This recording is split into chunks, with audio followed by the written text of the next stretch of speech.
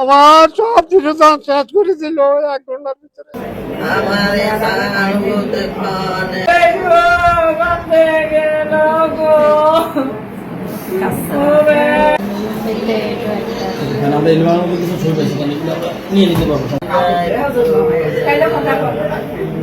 ইতালির রোমে সপরিবারে থাকতেন নোয়াখালীর কোম্পানীগঞ্জ উপজেলার চরকাকড়া ইউনিয়নের কামাল উদ্দিন বাবুল। তার স্ত্রী, মেয়ে এবং ছেলে, তারা 4 জন সেখানে থাকতেন। তিনি 2009 সালে ভাগ্য পরিবর্তনের জন্য ইতালিতে পাড়ি জমিয়েছিলেন। 2 বছর আগে স্ত্রীকেও নিয়েছিলেন। তবে গতকাল যে মর্মান্তিক ঘটনা ঘটেছে, সেই ঘটনায় তার স্ত্রী, কন্যা এবং তিনি নিহত হয়েছেন। তার ছেলে হাসপাতালে ভর্তি আছেন। জীবিকার সন্ধানে 2010 সালে ইতালিতে পাড়ি জমান নোয়াখালীর কোম্পানীগঞ্জ উপজেলার চরকাকড়া ইউনিয়নের বাসিন্দা কামাল উদ্দিন বাবুল। স্ত্রী সন্তান নিয়ে প্রবাসে গড়ে তুলেছিলেন সুখের সংসার, কিন্তু দুর্বৃত্তের ছুরিকাঘাতে মুহূর্তেই শেষ হয়ে গেল সেই স্বপ্ন। সম্মানিত দর্শক, ইতালিতে 3 বাংলাদেশি প্রবাসীকে নির্মমভাবে কুপিয়ে হত্যা করেছেন। ইতিমধ্যে কিন্তু সেই ভিডিওটি সামাজিক যোগাযোগ মাধ্যমে ব্যাপক আকারে ভাইরাল হয়েছে। দর্শক, ইতালিতে যে 3 যুবক এবং একই পরিবারের 3 সদস্যকে কুপিয়ে হত্যা করেছেন এবং সেই হত্যাকাণ্ড নিয়ে এবার চাঞ্চল্যকর কিছু তথ্য প্রকাশ হয়েছে। এই ভিডিওর মাধ্যমে আজকে আপনাদেরকে দেখাবো, যা দেখলে রীতিমতো অবাক হয়ে যাবেন। কি কারণে একই পরিবারের 3 সদস্যকে নির্মমভাবে কুপিয়ে হত্যা করেছেন, চলুন এই ভিডিওর মাধ্যমে আমরা বিস্তারিত জেনে আসি। ভিডিওটি শুরু থেকে শেষ পর্যন্ত দেখবেন। চ্যানেলে নতুন হয়ে থাকলে সাবস্ক্রাইব করে রাখবেন পরবর্তী ভিডিওর জন্য। একটি লাইক করে দেখতে থাকুন সম্পূর্ণ ভিডিওটি। আমার সব কিছু দাম শেষ করে দিল 1 ঘন্টার ভিতরে।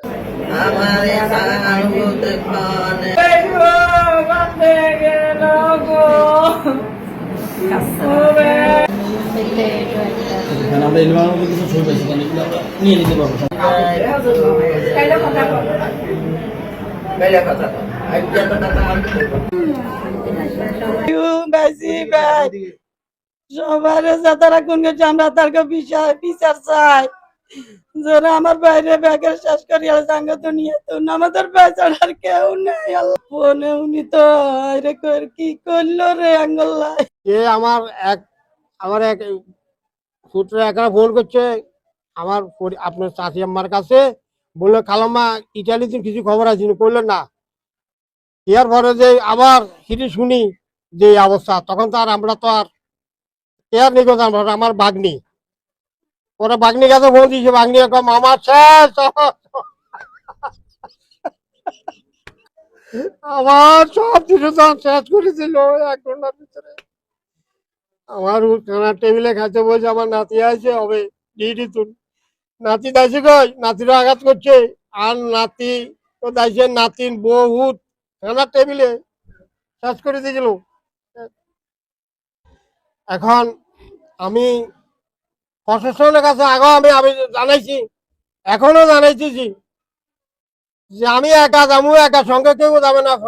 হারালে সে আসবে না, সবাই মিথ্যে একদম বহন করতে হবে।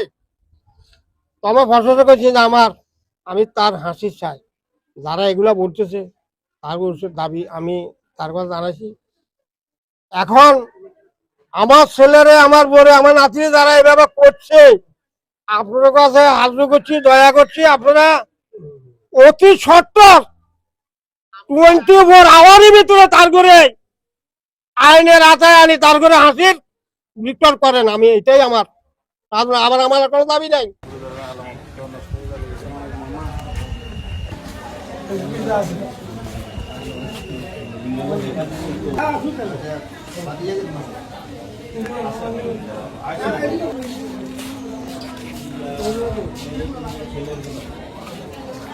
আসলে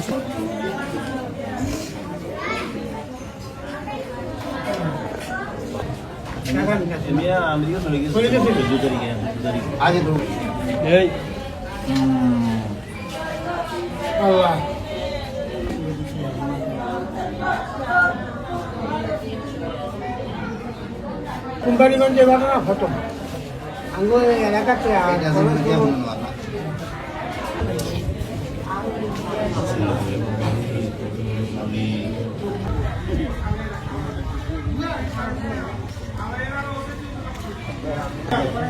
নাইজেরিয়া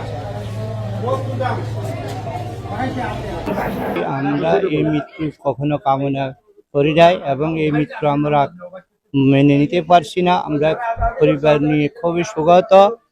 আমাদের এই বাংলাদেশ দূতাবাস, ইটালি দূতাবাসের মাধ্যমে আমি এর সুষ্ঠু তদন্ত করে এর দৃষ্টান্তমূলক বিচার দাবি করছি। তাদের দুই পরিবারে এখন শোকে শোকাহত। দুই পরিবারের প্রতিটা লোকজন বিষম বা বিষণ্ণ এবং সবাই অজ্ঞান আছে। এমন অবস্থা বিরাজ করতেছে যেন সারা পৃথিবী যেন তাদের কাছে মাথার উপর উঠে এসে পড়েছে। 1 বছর আগে চিঠি দেওয়া হয় আমাদের কাছে, সেখানে লেখা হয় টাকা পয়সা অর্থ অলংকার না দিলে হত্যা করা হবে সবাইকে। ঠিক 1 বছরের মাথায় সেই ঘটনাটি ঘটলো। আমার ভাই এবং সপরিবারে সবাইকে হত্যা করলো, কিন্তু আমার ভাতিজা আহত অবস্থায় আশঙ্কাজনক অবস্থায় হসপিটালে ভর্তি আছে। তো আমি এর অপরাধের এবং যারা এই ঘটনাটি ঘটিয়েছে দৃষ্টান্তমূলক শাস্তি দেওয়া করছে। একটা সমঝোতা বা কি একটা বিষয় বসলো, সেটা কম্প্রোমাইজের একটা বিষয়। তো সেখানেই মানে ওই ঘটনায় মানে বৈঠকেই সেখানে তাদেরকে মানে নির্মম হত্যাকাণ্ড ঘটানো হয়েছে।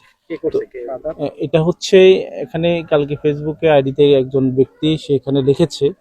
তো তার লেখা থেকে আমরা হয়তো বিষয়টাকে এখনো পুরোপুরি আমরা এখনো সন্দেহ করতেছি তাকে, কিন্তু সেই এখনো ঘটনা যদি পুলিশ সেটা যদি নিশ্চিতভাবে সেটা বের করে নিয়ে আসতে পারে, তো সেখানে আমরা ওদিকে সন্দেহ করছি। সাদাত নামে এক ব্যক্তি, সে আমাদের প্রতিবেশী।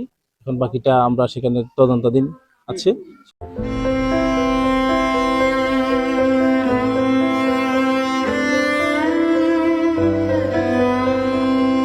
ইউরোপের বুকে এক টুকরো শান্তির খোঁজে নোয়াখালীর সুদূর চরকাকড়া গ্রাম থেকে ইতালির রোমে পাড়ি জমিয়েছিলেন কামাল উদ্দিন বাবুল।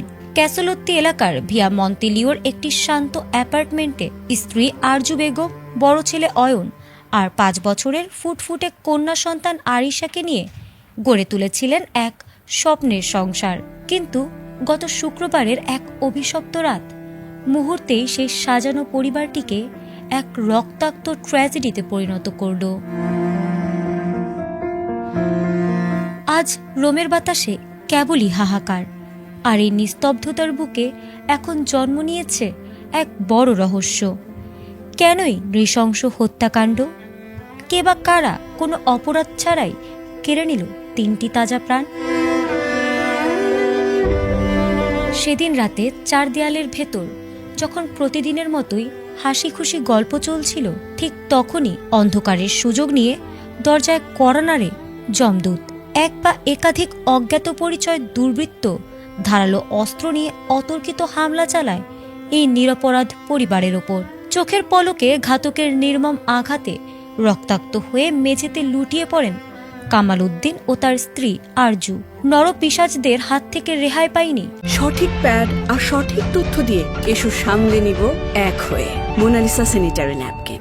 অবুঝ শিশু আরিশাও চোখের সামনে মা বাবা আর বোনকে বাঁচানোর জন্য বুক চিতিয়ে লড়েছিলেন 20 বছর বয়সী তরুণ আমির হোসেন অয়ন। কিন্তু ঘাতকের হিংস্র ছুরির আঘাতে গুরুতর জখম হয়ে তাকেও ছিটকে পড়তে হয়। রক্তাক্ত অয়ন যখন কোনো মতে ঘর থেকে বেরিয়ে প্রতিবেশীদের উদ্দেশ্যে সাহায্যের জন্য চিৎকার করছিলেন, ততক্ষণে ভেতরে স্তব্ধ হয়ে গেছে 3টি প্রাণ। খবর পেয়ে পুলিশ এসে কামাল, আরজু ও ছোট্ট আরিশার নিথর দেহ উদ্ধার করে এবং অয়নকে দ্রুত হাসপাতালে ভর্তি করে।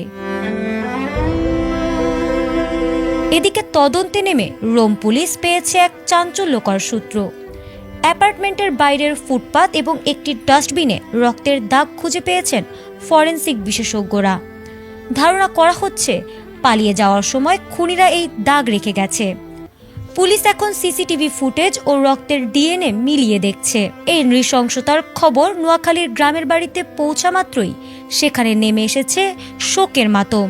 ইতালির প্রবাসী বাংলাদেশিরাও এখন ক্ষোভে ফুঁসছেন আর একটাই দাবি তুলছেন, দ্রুত খুনিদের গ্রেপ্তার করে দৃষ্টান্তমূলক শাস্তি দেওয়া হোক। ফারহানা হক, ATN। সম্মানিত দর্শক, আশা করি সকলে পুরো ভিডিওটি দেখলেন। এই ভিডিও সম্পর্কে অবশ্যই আপনাদের মতামত ভিডিওর কমেন্ট বক্সে লিখে জানাবেন। দর্শক, এই ধরনের প্রতিনিয়ত আপডেট ভিডিওগুলো সবার আগে পেতে অবশ্যই চ্যানেলটিকে সাবস্ক্রাইব করে পাশে থাকা বেল বাটনটি অন করে রাখবেন পরবর্তী ভিডিওগুলো সবার আগে পাওয়ার জন্য। আজকের মতো ভিডিওটা এখানে শেষ করলাম। দেখা হচ্ছে পরবর্তী ভিডিওতে। সেই পর্যন্ত ভালো থাকবেন, সুস্থ থাকবেন, এই কামনা করে বিদায় নিলাম। আসসালামু আলাইকুম ওয়া রাহমাতুল্লাহ।